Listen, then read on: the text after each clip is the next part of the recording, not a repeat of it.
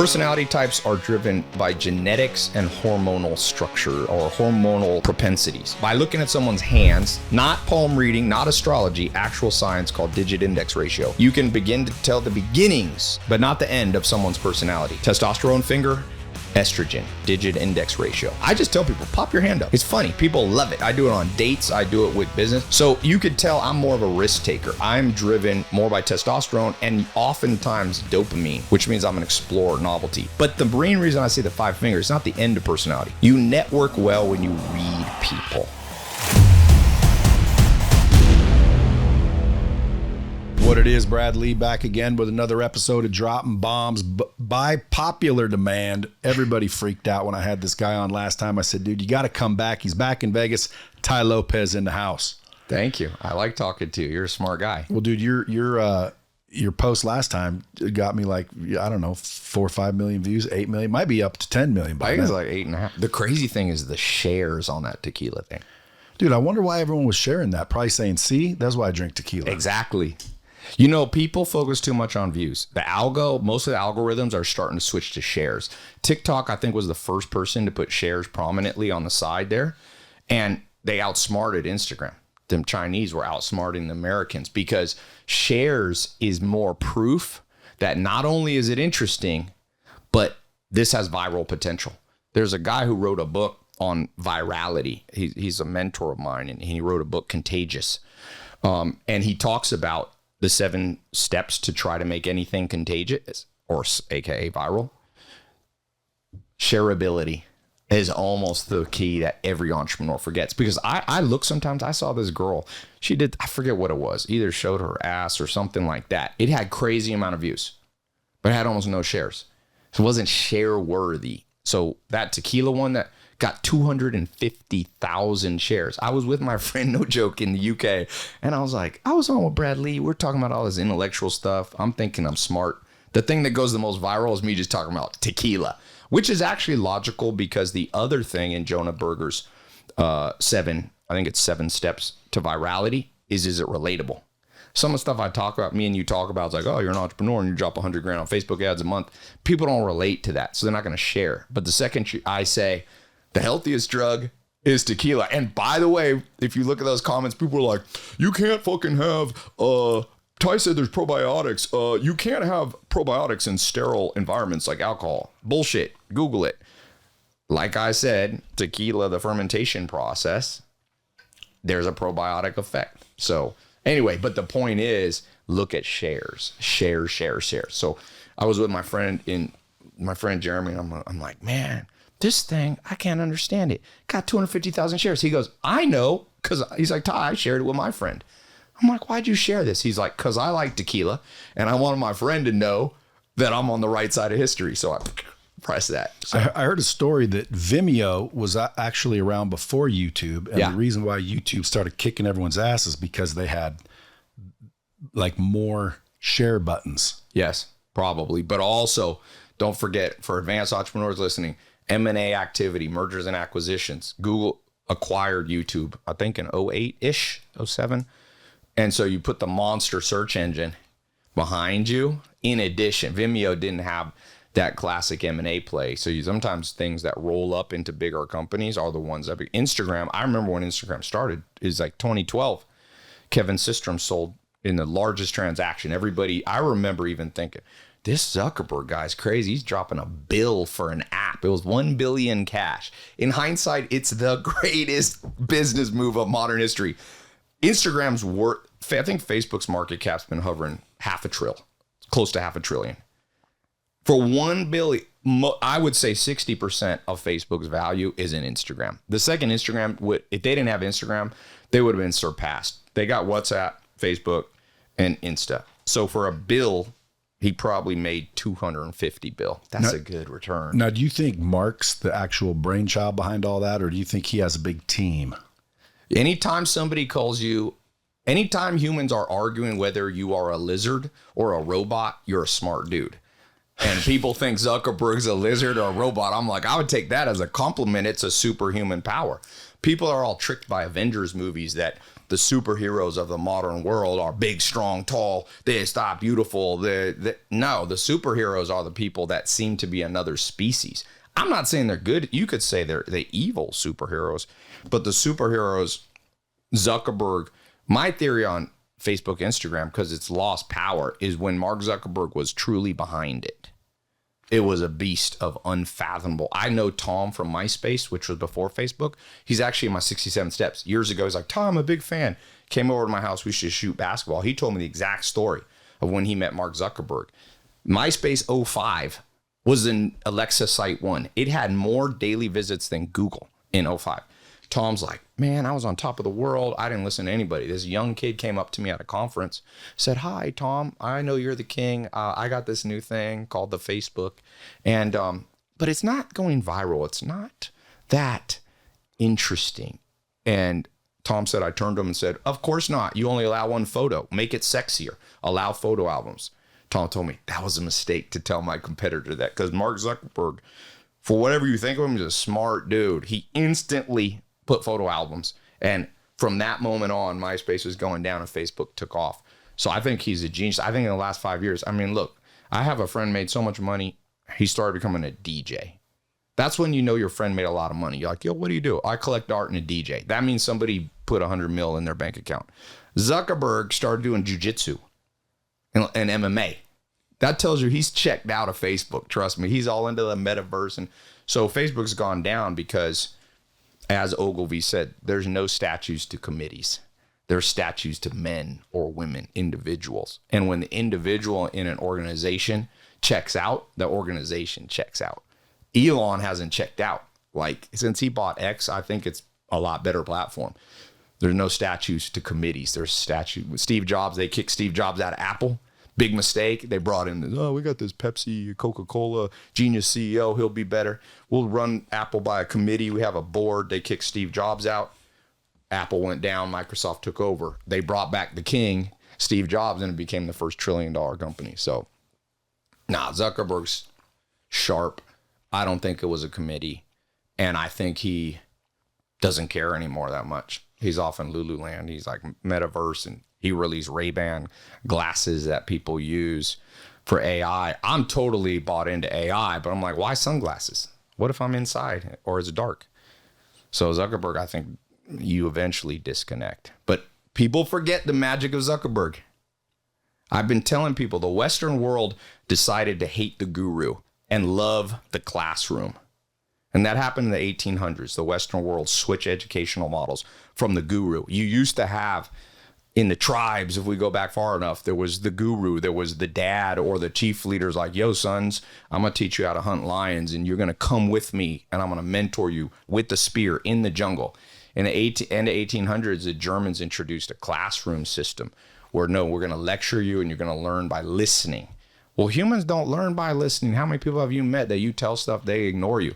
Humans learn kinesthetically. And so what happened is America began to hate the guru. Mahatma Gandhi, I was reading his book, maybe the most influential person. People don't realize the man who changed the world the most is Mahatma Gandhi in the last 100 years. Why? Because he changed India. And this year, India surpassed China as the most populous country in the world. And he changed it. They used to be under colonial rule. I was reading Mahatma Gandhi's autobiography. What does he say? He said, I believe in the power of the guru. I always had a guru in my life. Now, the modern world say, oh, fake guru, fake. I'm like, fuck that. The world needs gurus. And going back to Mark Zuckerberg, his magical trick on top of being a sharp guy who caught trends early is he believed in the power of the guru. And he got a guru mentor who spoke into his life at the beginning, and the man's name was Steve Jobs. And so the greatest creative in modern history, Steve Jobs, taught the greatest robotic guy, logical guy, Zuckerberg. And the wealthiest person in modern history by age adjusted, nobody touches him. Elon doesn't touch Zuckerberg. Buffett, I love the most, doesn't touch, because what would you rather have? Would you rather be 33 and have 20 bill, or 50 and have 200 bill? If you age adjust it, Zuckerberg, having 10, 20 bill at sub 35. Is that all he's got? Well, now he's worth like, I think he's up close. He's over 100 now. But I'm saying by that time, and so time is all you have. And so to be wealthy young is, you know, I remember once I used to live in Norway. I went out on a Tinder date with a girl. She looked at me and she goes, before I start this date, how much are you worth? And Norway and Scandinavia is very humble. So there's a very strange question. I'm thinking, what did I just meet? Who is this woman? She says, I said, why are you asking me that? Because I knew she wasn't a gold digger. She didn't give off those vibes. She goes, because I'm the richest woman in the world by age. She's like 23. She was before Kylie Jenner. She had inherited. She's like, I inherited my money. I don't. But she's like, a lot of guys are intimidated by my wealth. I'm like, I don't give a shit. She's a cool girl. But to be wealthy young is way better. I mean, I lived in Beverly Hills. It's like, you got 95-year-old dudes getting out of their Ferrari. They finally made it. They got the Ferrari. They're like the walker. You know, they get out with the walker out of the Lambo first to go to the restaurant. And I'm thinking, by the time you're 90, you don't want a Lambo. My mentor, Joel Salatin, used to say, to win at life, for me, Ty, is when all my grandchildren are sitting around my feet arguing for my attention because they want to hang out with grandpa. By the time you're 90, you don't want to be rolling with the Lambo with hot girls. That's something you do when you're young. So, you know, Zuckerberg pulled off the ultimate hat trick. So did Andrew Carnegie. He was another sub 30-year-old mega wealthy guy. Dude, how do you know all this shit and learn all this shit? Like every time you talk, mostly I'm always interrupting, but when you're talking, I'm just listening. I keep thinking like, where do you come up with all this shit? You must have actually read all those books. I know people don't think I read until they meet me. Then they're like, you may have read a couple books. But I mean, you must have, because you know facts and stats out the yin yang. Yeah, I read a lot, man. I was reading that too. Like who the fuck knew, you know, France got occupied in 1914. Yeah. How the fuck do you know that? I'm half German. And then, you know, I could bring up anything. You know, what did you think of Napoleon Bonaparte? You know, he was an interesting guy. Most people think, but in reality, is that how my voice sounds? No. Okay. But it's just like, I always think after I'm talking to you, I'm like, fuck, I got to go read. I just got to read. But when I read, I don't retain for some reason. And I wrote some notes that I wanted to ask you. And that's number one, how do you decide what to read? So you have all these interesting facts. Read less books, but read them more often. Read less books. Is that a bomb? I like it. I dropped a bomb, baby. Well, we can't do it every time. Otherwise, it'll just be bomb noises the whole episode. No, it's good. I actually like that from, I'm like, Todd, that's good advice for yourself. Sometimes I say stuff and I'm like, I need to say that. I need to do this more. But no, I read the same books a lot.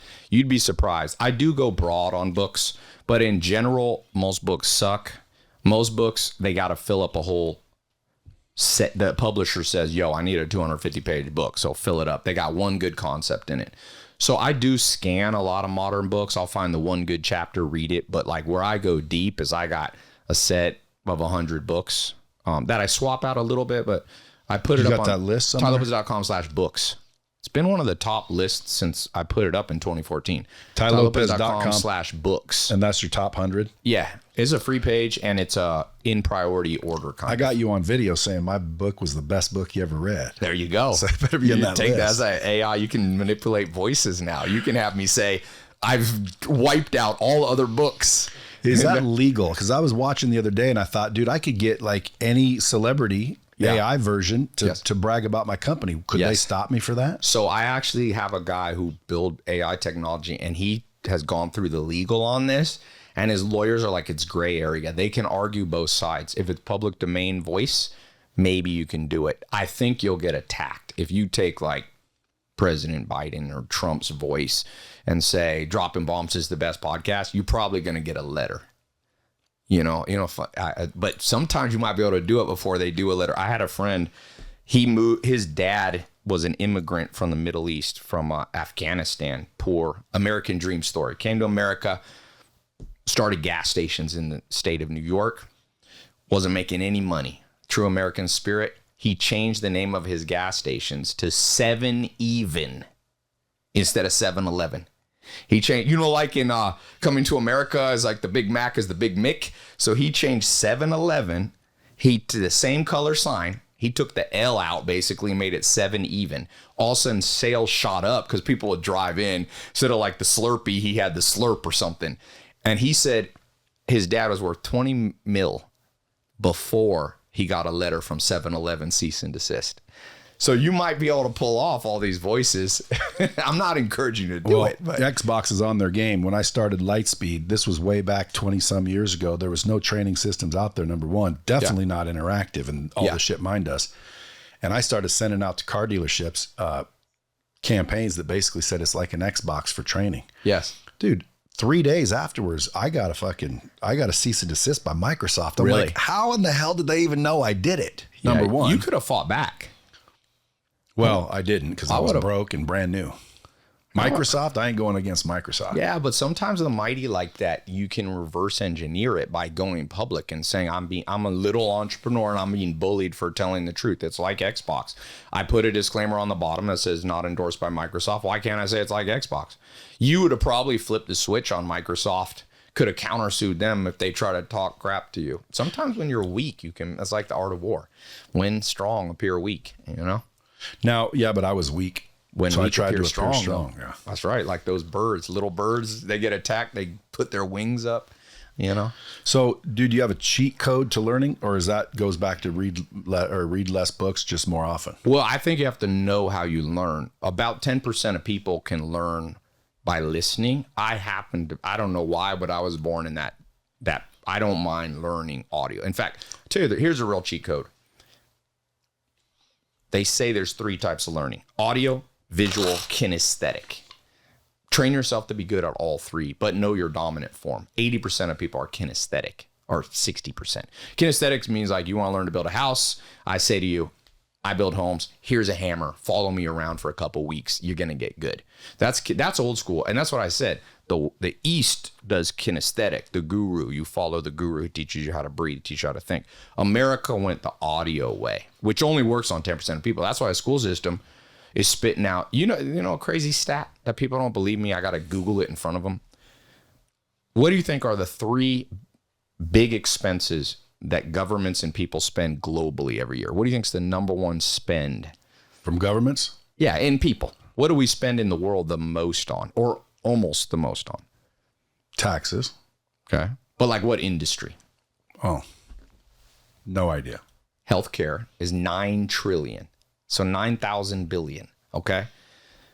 What do you think is another big government expenditure? We talk a lot about it in America. It's like your billboard dropping bombs. Transportation. Yeah, I'm not sure what that's it, but military. Everybody thinks military. Isn't that number one? Yeah, that's what everybody thinks. And I thought it too, till like you look at the stats. America, the world spends only 2 trillion on military. See, how the fuck do you know this? 5 trillion on education. At some point you said, hey, how much do we spend on military? Yeah, I was a fascinating thing because we spend 5 trillion on education and nobody knows anything. People in America are dumber than ever. It's like Why do you think they're doing that?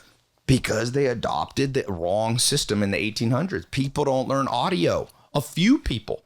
So I guarantee you, the wealthiest men in the world, 10 men, 10 white men, people, it's not all white men because you got 2 Indian guys, have as much wealth as the bottom 4 billion. So half the world wealth is less than 10, 12 dudes. I have a hypothesis on why that is. People say capitalism's evil. That's not a good explanation because capitalism may be broke, but it's less broke than any other system we have. We've tried socialism. It doesn't work. Communism really doesn't. We're trying socialism right now. Yeah, aren't we're trying socialism. Yeah. Trying it again? Yeah, but America's trying to if you're going to do socialism, do Sweden. That one at least kind of works. America's adopting the shitty version of socialism, capitalism. But it's not capitalism that made those 10 men so wealthy. It's technology. If you have a technological edge and you get in early, technology never gets tired. So when Microsoft, he started building, Microsoft, Steve Ballmer, Paul Allen, and Bill Gates, they came together. They figured out, they bought software, by the way, M&A deal. They didn't come up with DOS. They bought it for 70 G's. And And that took Bill Gates to the 20 time in a row richest man in the world because technology never sleeps. So he built Excel. I know Steve Ballmer. He told me the story. He's like, yeah, I built Excel. There was Lotus was first. But once Excel started working, it never got tired. He could make billions of copies for everybody. So technology is a great part. The other way is I guarantee you those 10 or 12 men learn from all forms of learning. They can do audio, visual, and kinesthetic, whereas the average person can only do kinesthetic. So I always say people, if you can't learn audio, what happens when you brush up with a genius one time in your life in an elevator? Okay.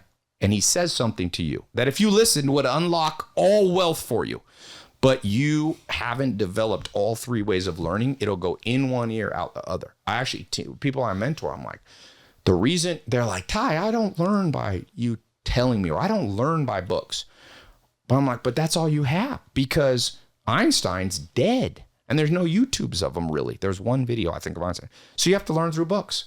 That's reading. So in an ideal world, you have a dominant way, but you develop every type of learning, reading, audio, visual, kinesthetic. Everybody already has kinesthetic, so you don't have to practice that one. And that's those 12 men, that is a superpower they have. I have met I'm in business with a couple Forbes list guys. Kinesthetic is doing it? Yeah, doing it together. You want to learn how to build a house. Your dad goes, let's go build a house together. He doesn't put you in a classroom and say, well, a hammer, you hold it at 45 degrees. You watch him do it and then you replicate it. That's kinesthetic. But if you want to be a superhero in the economy, okay, you better learn all those forms. And some of it's just repetition. I had a friend, I used to be a professional salsa dancer. One of my mentors was this guy, the Cobo brothers. Milton Cobo was like one of the best salsa dancers. He's a big guy, but he dances like I'm straight guy, but I mean, this dude has you see women just falling in love with him. And I once asked him, Milton, you train people, you teach people for a living. I said, has there ever been one person who had such bad rhythm, you couldn't teach him salsa dancing? Milton goes, no. But one dude took 5 years to learn what most people learn in 5 classes. So if you're persistent and never give up on stuff, you can master chess. We were talking about that. You can master reading. You can master audio. You can master public speaking. They say more people are scared of public speaking than cancer, which is a fucking insanity. It's crazy to me because public speaking doesn't scare me at all. That's because you're one of those people that were genetically born with the ease of public speaking, and then you practice it and got even better. I have a lack of allodoxophobia. Yeah. Are you familiar with that public word? Speaking. Fear of other people's opinion. Oh, there you go. I don't know that one. What is it? Allodoxophobia. Allodoxophobia. I tell people, they're like, how do I succeed? Get rid of your allodoxophobia. A lot of people are so paralyzed by that. Yeah. They don't do shit. But when it comes to learning, when I started this company, I was running a car dealership. I used to be able to train people to sell cars like it's going out of style. I thought I was like I could take someone out of a Burger King and bam, show them how to make money. And then I quit to go, that made me feel good. Right. And I said, man, I want to help people. So I started a training company at first. Yeah. I was going to go, compete with Cardone and all those guys. Yeah. So I went out on the road and I started delivering the same information, but it wasn't working. I didn't see all the miraculous changes. And I thought to myself, man, what's the difference? So I sat there. I called Do It to Ty Lopez and I said, let me see what I was doing versus what I'm doing now. And what I discovered were the 4 ingredients, I call them. And it's good content. You got to know the right way to do it in the first place. Repetition, practice, and accountability. See, when I worked there, I was doing that inadvertently. Yeah. I didn't know I was doing it, but I was doing it. Yeah. But then when I quit, I was just given the good content. Good content alone doesn't work. Yeah. Like I say, I watch mixed martial arts, but that doesn't make me a black belt. Exactly. So those 4 ingredients, I say to companies. Yeah. If you really truly have an issue or a desire to improve a department, all you have to do is direct good content with repetition, practice, and accountability towards any of those weak areas of your company, and it improves. It's freaking miraculous. And I would add in the kinesthetic side, because when you were doing it on a smaller scale, you might have been able to talk with the dude. There's something in our brains. So when you go to virtual teaching, I do virtual teaching with my programs, but I always tell people, this is the gateway drug. What you really need is come have me mentor you in person. I got a private mentor program, or come to one of my seminars, which I'm doing at your place downstairs. So when the gateway drug is to hear, but The mastery comes, like you said, ain't no UFC dude learned on Zoom. Period. There's no jiu-jitsu guy that's a black belt off Zoom. So Zoom's good. You could do your first jiu-jitsu class to lower your fear, but you better get into. I'm still a real world guy. I like what Elon Musk said recently. He said, virtual work is a scam. He's like, you want to work for Elon Musk? You want to work for me? You drive to where I am and we sit together in big offices together. So, yeah. Have you ever had a conversation with him? Yeah, I used to see him all the time. But I went to a fireside chat. First time I heard of Elon Musk was like 11. My friend's like, you want to hear this guy, Elon Musk? He was more famous in San Fran, and went to a little fireside chat. But then I didn't see him for a long time. I first saw him in 2014. There's a picture. I was at a movie theater with my ex, Kenna, she's a cool girl, and I'm sitting there at the Grove. And I had remembered him from that 11, and it was just literally late night movie. And he's standing in front of me. I go, that's Elon Musk. I said, Kenna, that's Elon Musk. She's like, no, never heard of him. And he's ordering. I learned one thing about Elon. He likes hot dogs. He ordered like 5 hot dogs. Okay. And then who doesn't? I don't like hot dogs. I heard if you see how they're made, you won't like them. That's right. I have a farm. I know how they make hot dogs. They take all the nasty meat. Go, let's make it's American way. Let's make money on every part of this pig. That's a hot dog. You won't eat one? Off my own farm, we make it. You take the scraps off. They take the scraps off the butcher floor. You get in the scraps, they sweep that stuff up. It's a little more advanced now, but that's where hot dogs come from. They're sweeping up the floor and stick it in a casing, and they throw sugar in it. You look at hot dogs, why they have to put sugar? Usually when you buy a steak, they don't put sugar in it. If they have chicken McNuggets, they put sugar in it. Why? Because it's some nasty meat. It's some nasty meat. Joel Salatin, my first mentor farmer, is like, Di, if you ever, for whatever reason, you got to eat Kentucky Fried Chicken, McDonald's, he's like, don't eat the chicken McNuggets or any kind of hot dog sausage. You're getting the bot. In fact, they use downer cows. I don't know if you know what a downer cow. I used to work on farms in New Zealand. My first business was when you have, there's the modern concentration camp farm system is so bad for animals. Okay. That milk cow specifically, they push them so hard to produce milk. The cow just basically starts, it's almost like fainting. They can't stand up. Their bottom legs come out from under them, and you call them downer cows. So eventually they shoot them. You don't shoot them, but that's how you kill cows. They shoot them with a bolt gun. And McDonald's, you getting that downer cows, boy. People like McDonald's. I'm going, my farm, we're eating. I only feed myself, my family, friends. We don't have any downer animals like that. So hot dogs is like nasty, is the pig that didn't do well. The cut of the meat is chicken McNuggets, because the way the federal inspection system works is like you got a chicken come through, and that chicken's like, sometimes they'll have tumors. Modern factory farms, I've worked on them. There's nasty, especially egg farms. People eating regular eggs. I'm like, dude, I've taken people to a factory egg farm. You'll almost vomit from a mile away. You'll smell it. It's insane. Look, I eat meat and stuff. I respect vegans that talk about animal cruelty, but I draw the line. Modern factory farms, how they raise eggs is cruel. They put 9 chickens in a cage so small the chickens can't even turn around. You don't have to be an animal rights lover to be like, that's fucked up. My farm, all my egg laying chickens, they never see the inside of a factory. They're out on grass every single day forever, except in the winter sometimes for the snow. We put them in a big greenhouse that they love. But anyway, hot dogs, be careful. Chicken McNuggets, hell no. Never. Don't give them to your kids. People give them to their kids. I said, what happens to a civilization that poisons their own children? That's what you have to ask yourself about America. It's like America's got Coca-Cola for first graders and then Ritalin on the other side. They're like, you're not going to believe this. We got some hyper kids. Let's give them 40 grams of sugar when they're a little 6-year-old body. And then let's get a therapist and a psychologist to diagnose them as ADD. I'm going, this is a destruction of a civilization happening right in front of you. Because most cultures, even ones we think of crazy ones, they didn't poison their own children. Even like the Nazis that nobody likes, they weren't poisoning children. They did send their kids all to die in war, so maybe that was worse. But America's poisoning its own children. It's like nuts, man. So to go back to this tech comment you made. You said, most of them tech and early, first movers, stuff like that. Yeah. They have the advantage. Hell yeah. So again, I'm almost like a blind squirrel. Mm-hmm. So I've got a tech company. Yes. Is Lightspeed a tech company? Sure. And I was first mover. Yeah. Nobody in 99 was doing this. Yes. Where am I fucking up? Why? Third wave, I call it. Third wave. Being first wave is sometimes not good.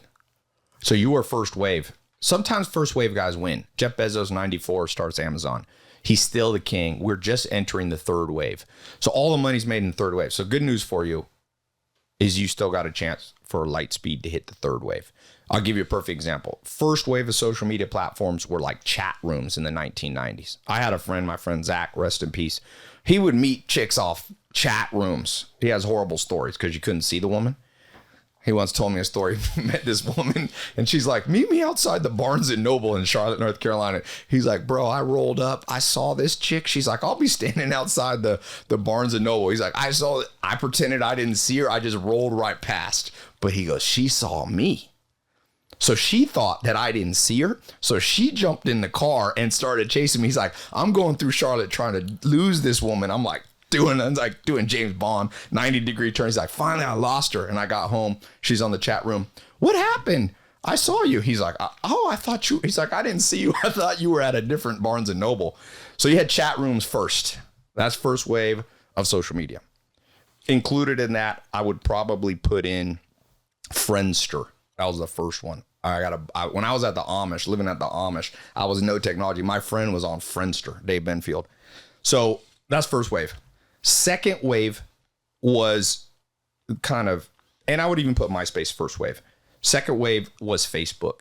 Pretty dominant force from around 04.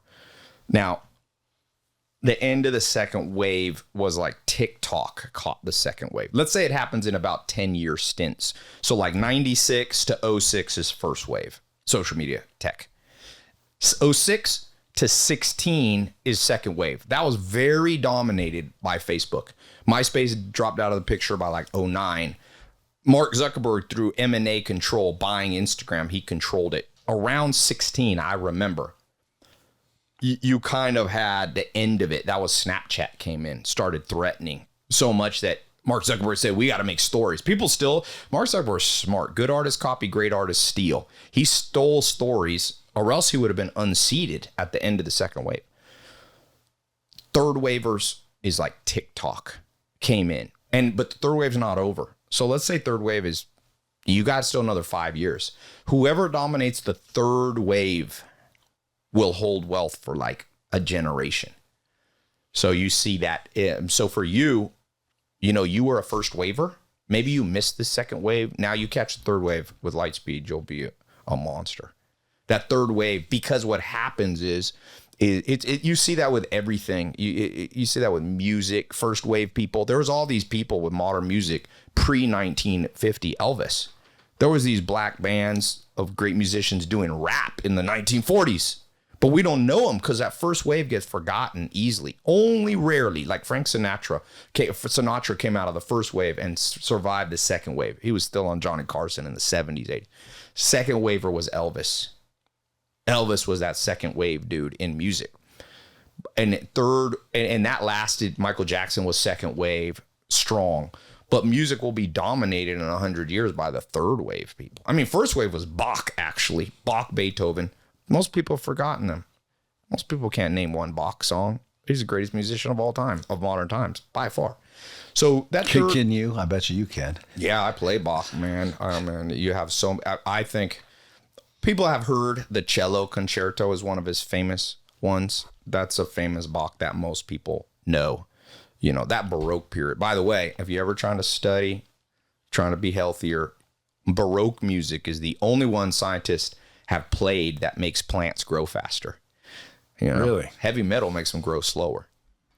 You got to be careful with that crazy dissonant sounds. Yeah, Bach, or all like Handel, which is like what you hear at weddings. Those are all Baroque music, very smart musician. My step-grandpa was a smart historian. He's like, Ty, the way music goes is simple. You got God, and you have Bach. Nobody. And then you got Beethoven, Mozart, Brahms, Tchaikovsky, all these people. So there's That, by the way, is evolution. Evolution is very unfair. You know, we're a blip. Now they think the universe is more than 12 billion years old. It just came out. I mean, the Earth, this kind of world we think of as the world, is like 15 or 20 billion years old. So all mankind it's like that old proverb in the Bible, all flesh is grass. You know, the flowers fade and the grass withers and the flowers fade, but the word of God lives forever. If you're an atheist or not religious, the way I perceive that is just humanity is a blip, you know, as a pimple on time. But since the time you had modern humans or hominids, let's say 1.2 million years old, there's been these outliers. You know, this is like, you've had Einstein, it's like smarter than all the people came around. You had Aristotle, you had William Shakespeare, this son of like a poor family, and genetics just like disperses this way with words that nobody's been able to surpass. Well, part of the reason, going back to why 10 men run the world, is in the past when you were a super outlier, you just kind of lived in your small town and it was hard for anybody. Nobody could FaceTime you or do a video. Now these 10 people are true superheroes. I call them warlords. You know, the wealthiest men in the world are all warlord superheroes. They're not, people always looking for saints. Like, I like Elon Musk. He's a more ethical guy. I'm like, these are all warlords, ladies and gentlemen. The billionaires are the warlords of the world, but they have Genghis Khan was a superpower warlord. I think 1% of the world's related to him, something like that. You know, damn, he did some humping. Oh, more than that. These dudes plundered. They took many. You ever see? I used to keep a plaque on my wall. It's Genghis Khan saying, and I was like, maybe I shouldn't keep this. He's like, the greatest joy on earth is to hear, you know, is to fall asleep in the bosoms of your enemies' wives and daughters. You know, he changed history for good or bad. But we're all the process of outliers. So music, light speed, technology. You got to ask yourself. Third wave shows you who the outlier is, because you got to have. Has that ever been the first wave guy? Because again, yes. There's still nobody that has technology like ours. I showed. Yes. Did you ever get on that call? Yeah, you showed me. See, there's nothing out there like that. Yes. Maybe I'm just my business model's wrong. Something. And by the way, just for the record, I mean we're doing 8 figures, so it's worked. But why am I not worth 3.9 billion and have Elon Musk wanting to buy me? Voss is the answer. Branding. This damn Voss thing. These are Norwegian guys. There's a couple Norwegians. You know, Norway has some of the cleanest water in the world. New Zealand, Norway, Iceland. I was just in Iceland. I've been in all 3 of those places. You can drink the tap water. It's like extra clean. So they basically bottle tap water, put it in. This used to be glass, and became billionaires because they just branded water as Norwegian water. Fiji is just, you know, an island. It's all branding. Yeah. So Lightspeed. Oftentimes when you have the best product, but you're being beaten by dumber people. And this also happens individual level. I put a tweet the other day. I was like, if you are making less money than people dumber than you, that's because they're bold. See, to me, the letter B in brand is bold. So Voss made a bold claim. We're going to take tap water out of Norway. See if mofos will pay us $10. It costs us 10 cents, not counting the container. That's a bold. So be bold. Lightspeed is probably not bold enough. So what religion are you? Ha. Everybody wants to know that. Yeah. And I'm sure you've done the research. Yeah, man. I think I'm honest. I don't think I'm smart enough to know what happens outside of this world. I try to be more of an expert in this world. I meet people that's like, no, Ty, I can tell you the exact thing, what happens after death. I know everything about the origin of humanity because of my religion. I'm like, bro, you can't even take care of your own life on earth. How do you have all this confidence? I don't have that confidence in myself to understand probably what I believe in. I do think, so I've gone through phases where I was religious, then I became kind of anti-religious, but I think I think you should avoid extremes. There's a good chance that a lot of the things in religion are true. And we went through a period where atheism was very esteemed. Like my grandpa was a pretty well-known scientist. He was super atheistic. There was a time from about the age of humanism, let's say the last 500 years, is like the rise of atheistic thought being respected. But now in new science, there's a lot of stuff that sounds religious and prayer to me, like quantum physics. It's like, you know, things move. A lot of the smartest astrophysicists like Hawking believe in parallel universes. So maybe when you pray and you manifest something, maybe it's just an atheist would agree, you just skipped into another parallel universe. I believe in that a lot. So I think smart people going forward for the next 100 years, the religious smart people and the atheists will just become, they'll all kind of sit in a room and be like, we're all saying the same thing, man. You say we need to pray. You know, Jesus Christ said, ask and you will receive, seek and you will find, knock and the door will be open unto you. A quantum physicist basically says, you know, we can't know stuff because sometimes when you observe it, it just appears out of nowhere. In fact, if you read Brief History of Time, which is the antecedent to Einstein, Stephen Hawking, you know, he says a lot of things, like the very last sentence of A Brief History of Time, which is on my book list, by the way. He says, because then if we figure this out, we'll know the mind of God. And he speaks to this concept of the uncertainty principle, meaning sometimes things aren't there till you seek them and then they appear.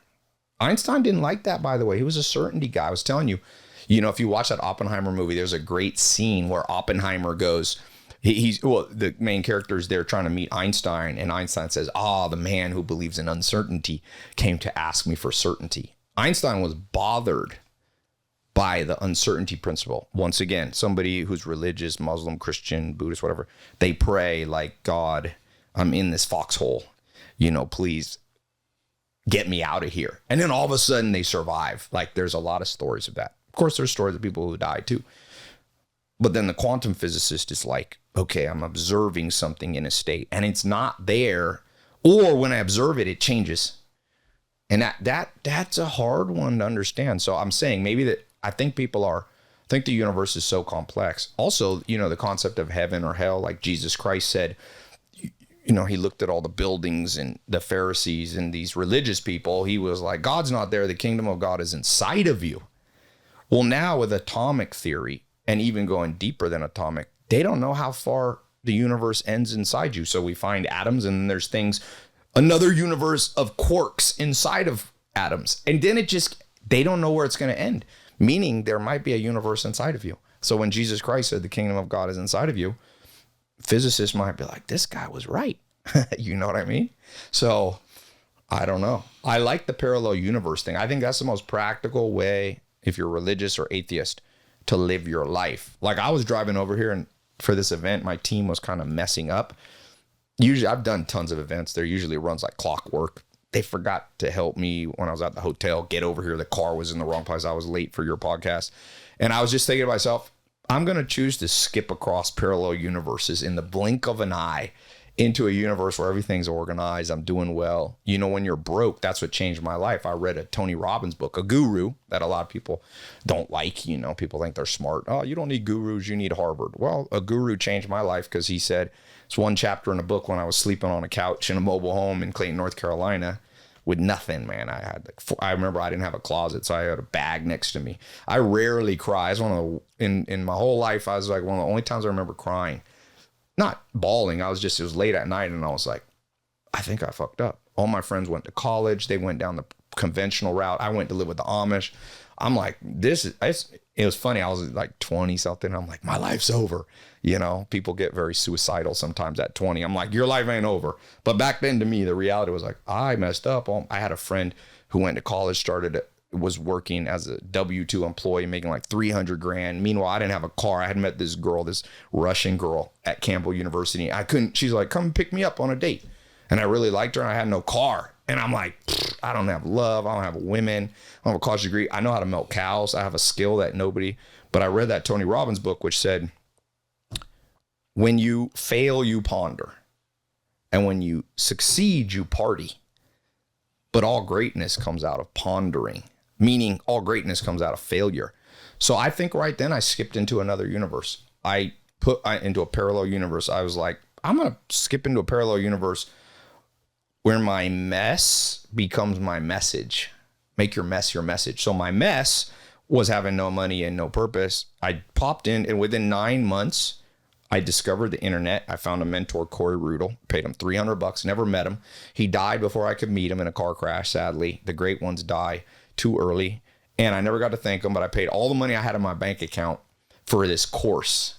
And it didn't come on a YouTube video. People are like, Ty, why you sell courses? I'm like, because a course changed my life. Came in a 3-ring binder. And it said, I don't remember most of it, but I remember it said, there's a new thing coming out. It's a new trend, Google AdWords. And I was like, I didn't even know I was early. I was in the first 2 months, online advertising really existed.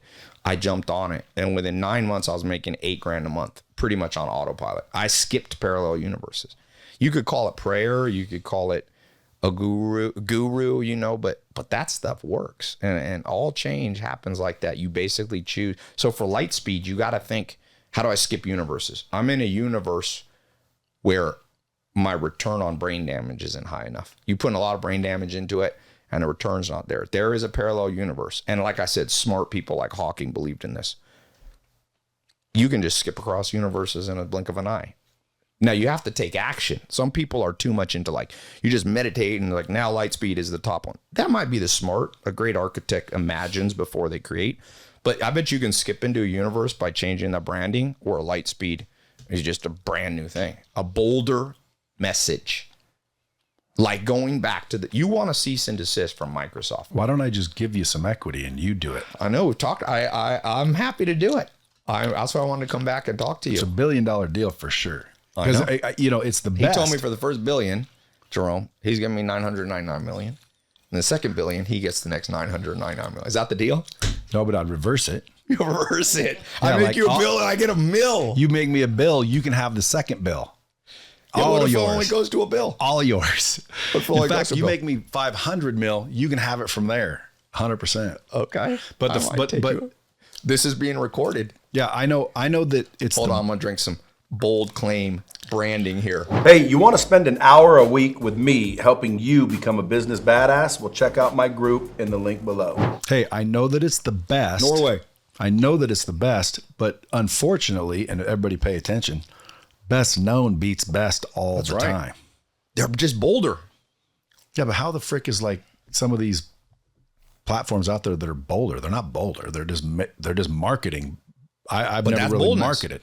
So, there's dudes. Where was I yesterday? I was watching something. I was and just there's a dude who's with a girl. I was in the casino. I think I saw this yesterday. I was staying at the Encore. There's a dude with a girl. I don't know if it was a first date or something. Some bold dude comes and just takes the girl from the guy. She was there on a date with another guy. What's the difference? They looked about the same. I watched the dynamic unfold. And it's one was just a little more bold. Fortune favors the bold. That's Juvenal, the Roman warrior, Dude, so for going on the couch to where are you now? Tell them what kind of businesses that you own currently. Well, I do a combination of things. Personal brand, buying brands, and farmland is kind of my business. I always tell people I got this thing. I'll be the first to announce it on your podcast, called The 5 Habits. I'm going to put out a little booklet, not a full-fledged book. It's going to be called The 5 Habits. I bought 5habits.com. So the 5 habits to get in anything you want with health, wealth, love, and happiness. Okay. I'm not an expert on the afterlife or spiritual things, but health, wealth, love, happiness on earth. So the habit is reading, fasting, building, networking, breathing. And let me get specific. Breathing. So the first one, reading, each of these have a sub principle. So reading is the 5 mentor principle. You must have 5 mentors in your life. The reason you read is because some of the great mentors are dead. So it's just the only way to learn about Aristotle's opinion in your life is to read old books. But you should have at least 3 in-person mentors that you shadow. So reading is really mentoring. So reading, 5 mentor rule. If you do not have, and I'll tell you this, we can apply this. You're a very advanced entrepreneur, an 8-9 figure entrepreneur. You should hunt down some badass retired software guys. You should have 5 mentors for Lightspeed. You should build a page called, lightspeed.com/advisory board and invite 5 badass guys who exited software, any kind of software. It could be restaurant software, garbage software, and you should put them on. That parallel universe is gonna 10x, 100x your enterprise value right there. How much would you give up in exchange for those guys? They don't even want it. No, most of them don't want it. Why would they take the time? They're bored. They're retired. Retired mofos love to help. I got Dr. David Buss, been my mentor since 2014. He's like one of the great psychologists of all time. I've paid it sometimes for years. He's done it for free. We should hang out. I would fly him out, pick him up in the Ferrari. He's like a Harvard guy. It was like a cool life. Take him out in Hollywood, beautiful women. I didn't pay him for years. Sometimes when he lived far apart, I'm like, let me give you $5,000 a month or some $3,000 a month. He's like, okay. I was like, we'll do one call a quarter and I'll invite you out. So I would offer these guys like, I'll give you $5,000 a month, and once a year we go out, I'll fly you into Vegas and we just chit chat. And all I need from you, sometimes they usually don't ask for equity, but you can get equity. You can give it, but you're looking for guys. So one of my mentors out in Nation used to say, you want to know who to get around you? People that are wealthy independently. So these guys are all wealthy. Yeah. You need 5, dude. So that 5, habit number 1, you get 5 mentors. Anything's broken, add 5 mentors. So 3 in person, you need 3, and then read 2 books of software exits. You should read that new Bezos book. It's the one they wrote on Jobs, Walter Isaacson. No. There's a Jeff Bezos book. I have it on my phone. I'll find it for you later. But you should read that one. So I have 2 badass books of great software stories, and you'll find an idea. There's one, and then you can read the new Elon book because he made his wealth in software. I'd read the Elon book and that Jeff Bezos one. Then I would get 3 advisory board mentors that you taught. You say we could do a 1 call a quarter. I'll pay you monthly. $3 to $5,000 is nothing. You drop $10,000 for smart dudes, and you say I fly you out once a year. We meet in person. We do a quarterly Zoom, just us 4. Make sure one's a woman too. Men often only have nature likes 50% female sex. So don't try to be smarter than nature. Get 1 woman. You're a dude. Get 2 guys. There's women that have exited for $100 million, $500 million bill, $2 bill, $10 bill. You can find them now pretty easy. Yeah, get an assistant. Just reach out. I'll tell my assistant, email 100 people. Yo, I'm the assistant of Bradley. I make money, but my software I think can be worth more. Could I hire you? And we just have fun and I learn from you. That's another question that I want to jump over to before we run out of time. How do you find a great team? Like, you seem to have capable people around. Yeah. I always try to find capable people and I end up, disappointed. Yeah. How are you finding them? Well, I think that I call it kind of my 3-step rule. One is I use quizzes for pre-employment. Use quizzes. Do an IQ quiz. Okay, there's some, America, of course, has fucking weird regulations on what you can ask people, but there's compliant quiz. In fact, I'm almost done with a company, shameless plug, my Life Compass company. I built software that I use. I'm going to charge companies like $200 a month and you can unlimited use my quizzes. I got badass ones. So you need I'll to be do your first customer. Yeah, you can be. I'm not going to charge much. The company I use charges me $2,000 a month for just an IQ cognitive quiz. I'm like, fuck that. I can build a better one. So you do IQ quiz, then you do a worldview quiz. Don't forget the worldview one. You want to find out if somebody's a psychopathic serial killer. You believe it or not, serial killer type people will answer a quiz that reveals they're serial killers. People go, oh, a serial killer will hide it. No, you ask the question in such a way that they're excited to share that they're whack jobs. So I screen out. Number 3, cast a wide net. You'll have no problem. So what I would do is you post once a month, you do a Zoom, you join it for 10 minutes, you post on your social, I'm looking to hire the best out of the best. My ratio is like 1 to 500. I'm doing a live call. I'm on Zoom. If you want to come work for me anywhere in the world, and then I pick like 1 out of 500. And I usually make them an intern or like just a part-time $2,000, $3,000 a month person, 67-day trial. Start running through that. Like last year, like 17,000 people applied to work for me and I picked like 17 or something, 30 of them. So you got to cast a wide net, use some quizzes, to include an IQ quiz. But how do you know what you're looking for based on those quizzes? IQ, you want some. The only thing you don't need crazy high IQ is for sales guys. Actually, people who have too high of IQ suck at sales because they can't empathize.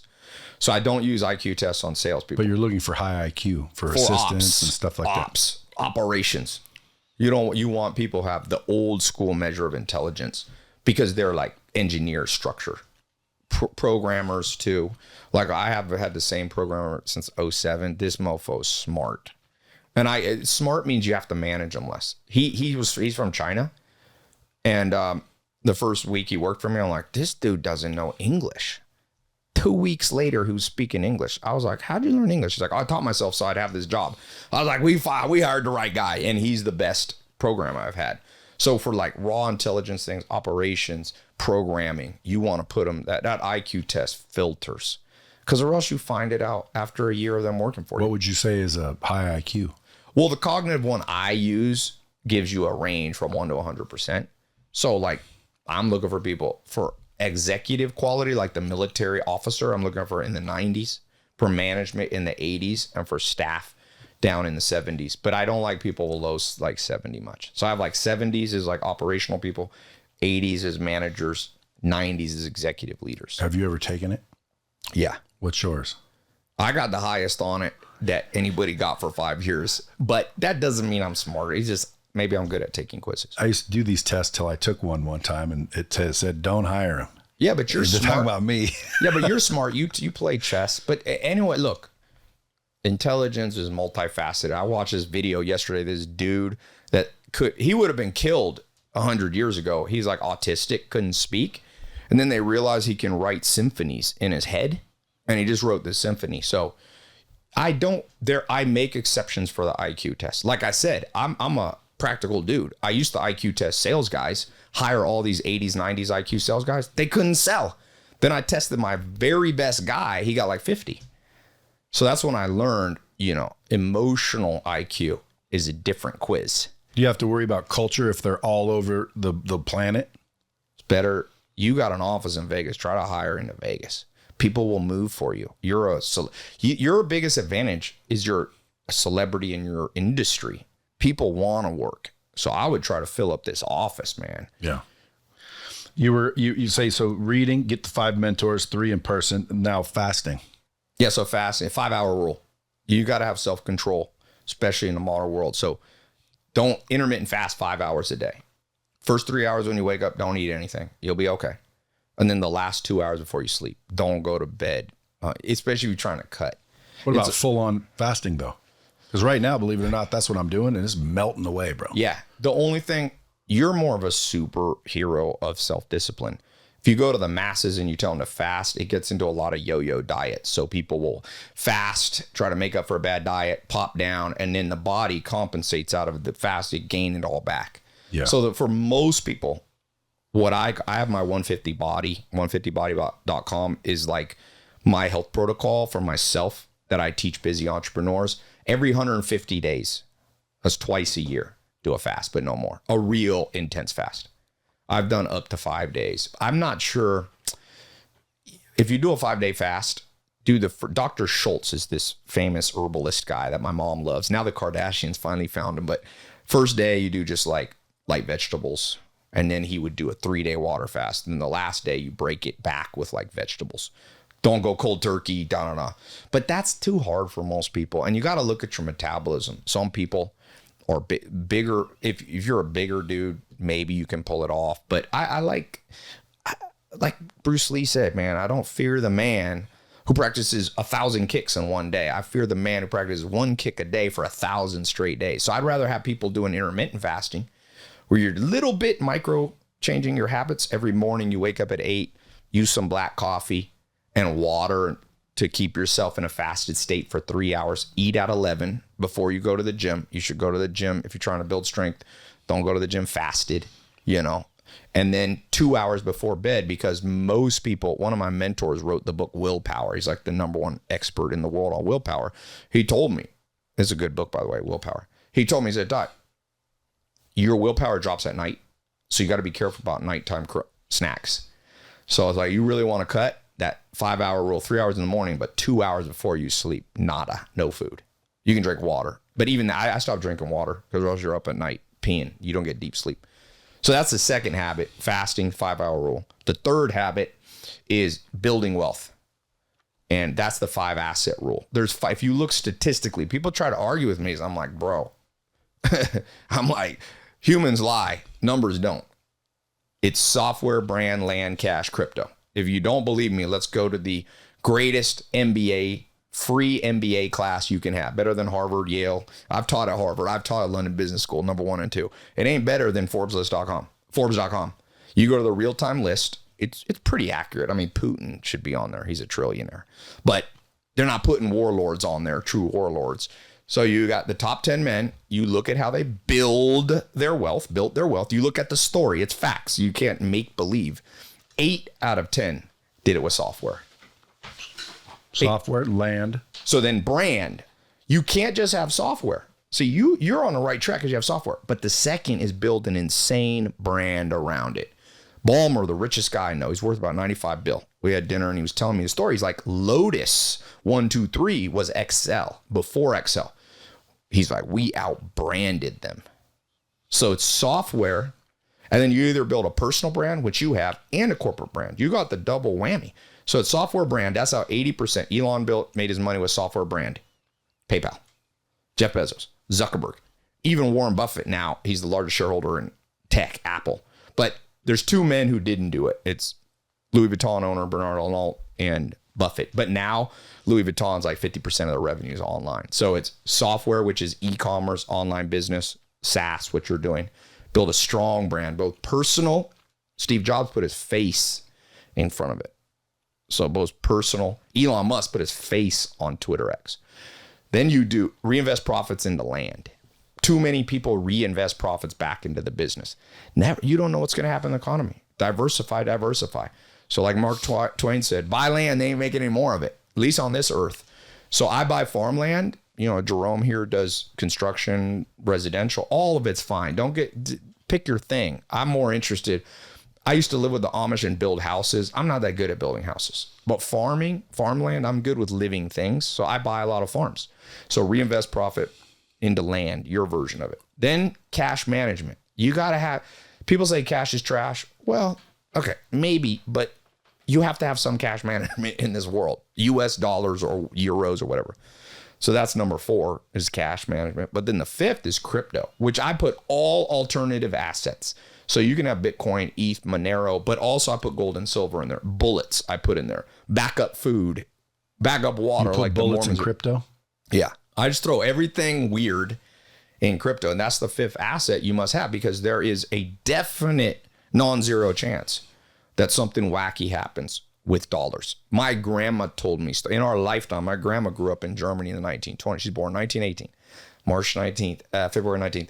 She said, Ty, I remember the Weimar Republic hyperinflation. That's why my grandma, if you dropped a nickel, my grandma was picking that up. I remember as a little kid, my grandma's a nickel. Like this one comedian says, he's like, I don't like coins. They're like heavy trash. You know, he's like, why are you giving me heavy trash? That's my generation that didn't experience hyperinflation. My grandma would pick up pennies, nickels. She had a jar she would keep it in. And once in a while, it'd add up to like $500 because she lived through Weimar Republic. That money in Germany turned into nothing. People were burning it for firewood, essentially, or for kindling. So I like crypto because it's borderless and it's instant. Bitcoin, I think, is the strong since 2016. It's funny. Talk about haters. Boy, I got to make a video roasting my haters in 2016. My biggest video, most watched video is my crypto one, not here in my garage. And it got taken down by YouTube. In 2 months, I got more views on it than all my other big videos combined. And what I told people is there's this thing, Bitcoin, your first wave already happened. Bitcoin started in, let's say, 09, 10, 11. By 16, when I put that video out, it's about 5 years gone by, first wave. And all these people, because after I told people to buy, it kind of crashed a little. Okay. But when I told people to buy, it was at $3,500. Oh, Ty's telling people the wrong thing. Now who looks like the fool? I've made all these people millionaires because you get in early. It's an alternative to cash. I use it to send money globally. It's way better than the banking system. Talk about a scam. How come the U.S. banking system can take money out of your account on Saturday and Sunday, but you can't receive deposits on Sundays or you can't wire money out? It's an electronic, it's a scam. So I like crypto. If I need to pay somebody in India $500 for a giveaway, I just go, what's your Bitcoin address? It's there in seconds. For free. For relative free. And on top of that, though, I put in there, gold is not a way to make money, but gold's kept up with the basket of goods, CPI, cost of living, for like 2,000 years. But I also put in there, like, I have food stored up. I got a backup plan on my farms. I have one farm in the middle of Amish community. I don't have tractors on that farm. I have some. I got horses with enough hay. I got seeds for garden. If there's a 5% chance the world goes to full calamity every year the rest of your life, there's a 5%. It's not a high chance, but they drop one nuclear bomb. These modern nuclear bombs, talk about bombs. The Hiroshima ones like wiped out half a city. We have ones that are 100x one bomb. One bomb hits Europe, this would be disruption at a level you can't fathom. And the reason I don't do only crypto is if the grid goes down, all your crypto's down. So you want some gold and you want some bullets and guns to protect the gold. But you can't just be in a city. That's what I say. I say, screw all the crypto and the bullshit, dude. You want ammo and you want guns because if it gets to that level, your crypto's worthless. I think your gold's worthless. I don't want your gold. I want your bullets. I want your guns. Yes. And food. But it'll be the bullets and gold is to protect the bottom of Maslow's hierarchy. You need food, shelter, water. So it'll be food and shelter. But with guns and ammo, I'll take your food. That's right. So to me, guns and ammo, period. Bottom line. Because with those, you can get the rest of them. But I'm going to add to that. You got to be rural. Because if you're in you live in New York City and you got guns and ammos, other people do, and they're going to shoot you first. Yeah. So I have guns and ammo, but I also live in a region where there's like 2,000 people in the county of one of my farms, and they all grow their own food. So you got to you should have one place. You need a place a solid hour outside of a metropolitan area because people will start going out for stuff. So you get an hour, 2 hour. My farm, one of them's 3.5 hours from the nearest city over into mountains. It's hard to find. 2,000 people live there. Would you bug out there? Hell yeah. When COVID hit, I was living up in New York City. I took my family for extended family, friends. We shot right to my farm. I didn't have to wear a mask. I have my own food. And not everybody goes. Who maintains it while you're gone? I have an Amish run one of my farms when I'm gone. But I had food. I had enough. I got enough grain. I grow my own grain. Every year I grow enough grain to bake 10,000 loaves of bread. I got my own oats. I grow my own corn, and I have diesel backup. You should have some diesel too, because especially run your stuff. But on top of that, I got horse farm too. I got all the old school. I know how to plow so if there's no diesel, we'll be running. Now, eventually people will find you if you're the only one with food, but that's where the guns come in. That's where guns come in. That's right. Your team's probably saying you got to go, but I got one last question for listeners, because a lot of listeners that are listening always ask me this question. I want to get your answer. Yeah. What would you do if you didn't have anything right now and you only had between 5 and 10 grand to get started? And most people say, invest it in yourself. Yeah, but what? Give me some tactical steps. So I would do, I call it the 33% rule. I divide, let's say I had 1 grand. Let's just keep it easy. I put a third of it, $333. I go to some conference seminar. I'm a huge fan of that. I found how to do here in my garage YouTube video at some seminar or some dinner. A guy sat next to me. He's like, you should do YouTube. You'd be good at it. You should do YouTube ads. 5 months later, that campaign was netting 100 G's a day. It's like, just prints money. So I'd spend $300. You can get into most good seminars. You can take a Greyhound bus there if you're broke for $50. Greyhound will take you anywhere in America.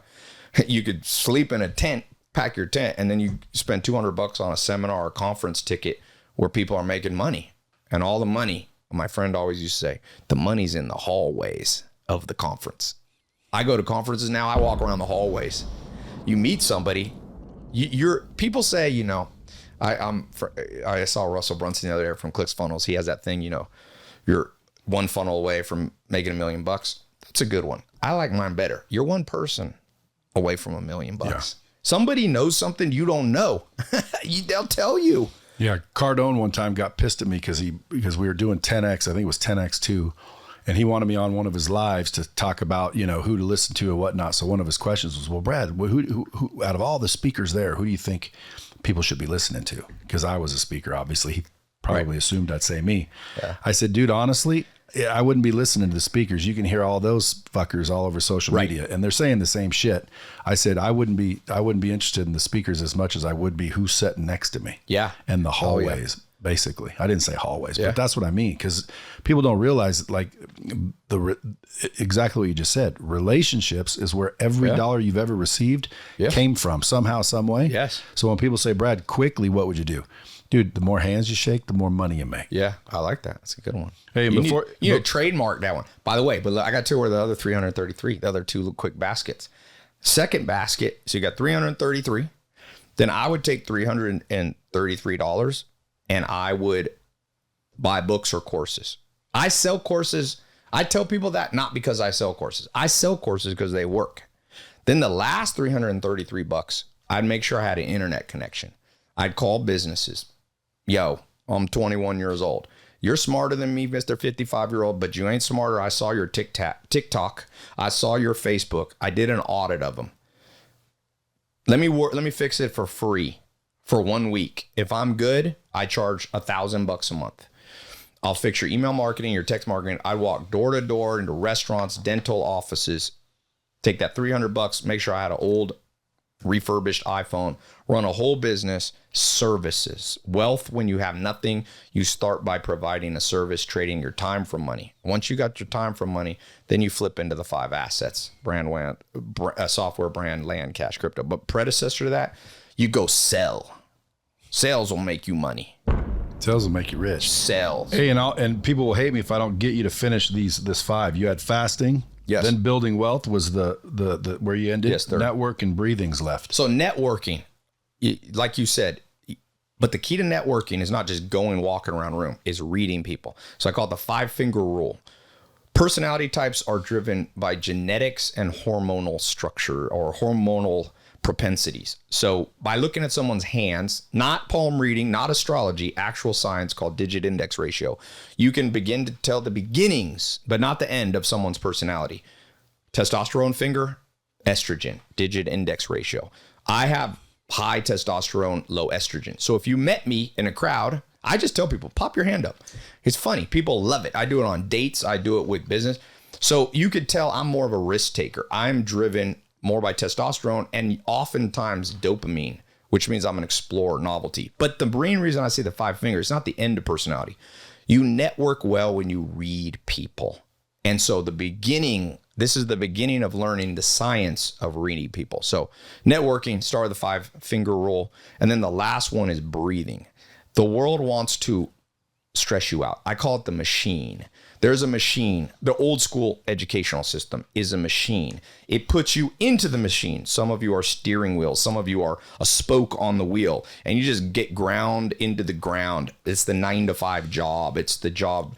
60 to 70% of people hate what they do, and they hate their marriage. So that's the machine. And what people don't realize is you're working for some driver. Like the top 10 wealthiest warlords, billionaires in the world, control millions of people. Hundreds of millions of people are under them. And so they're driving. Bill Gates is driving. He's becoming wealthy. And you're just part of the machine. You're like the tire. And you're just getting burned up against the ground.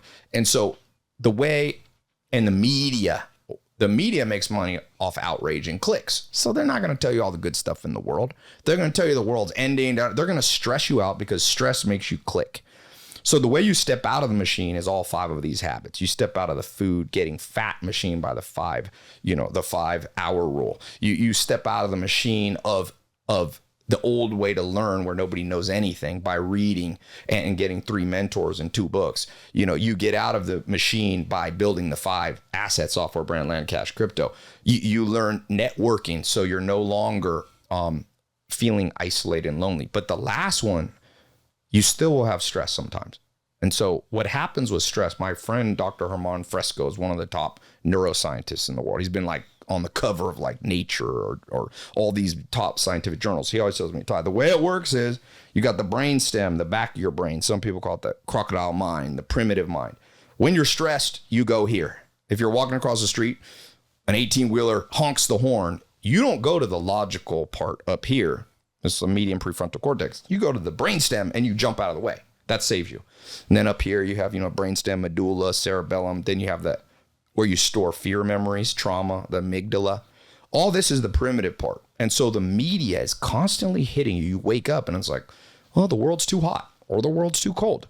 or Biden did this and Trump did this, and really has nothing you can do, and it's just stimulating your brainstem. So the way to activate the logical part of your brain, this median prefrontal cortex, is take 5 crazy slow breaths. So if you can stretch it out over 60 seconds, don't worry about if it's in through the nose, box breathing, Wim Hof. It doesn't matter for now. You just breathe. And so at least 3 times a day, if not 5 times a day. Breathe for 5 seconds. And it's not because some woo-woo spiritual thing. There's actual science that you're activating the more logical part of your brain. So if you're broke, it's easy to stay in the brainstem part, and you wake up and you're like, I'm isolated, I'm this, and no one helps you. I was in that stage. I read that book with Tony Robbins. I wasn't taught to breathe, but if I had just slowed down, breathe, don't sweat the small stuff. I have a saying, if it won't matter in 5 years, don't worry about it now. Get that logic going, and you start unlocking all kinds of things, because the world wants, anxiety is the modern mental illness. Mine's don't sweat the petty things. Yeah. And don't pet the sweaty things. I like that. Ty, thank you so much for being here. Appreciate that shit. I know you got to go. Folks, if you guys want to follow this guy, you probably already are. If you're not, at Ty Lopez, where can they find you? I got a new badass quiz coming. You just go to tylopez.com, right on the homepage. It's a quiz.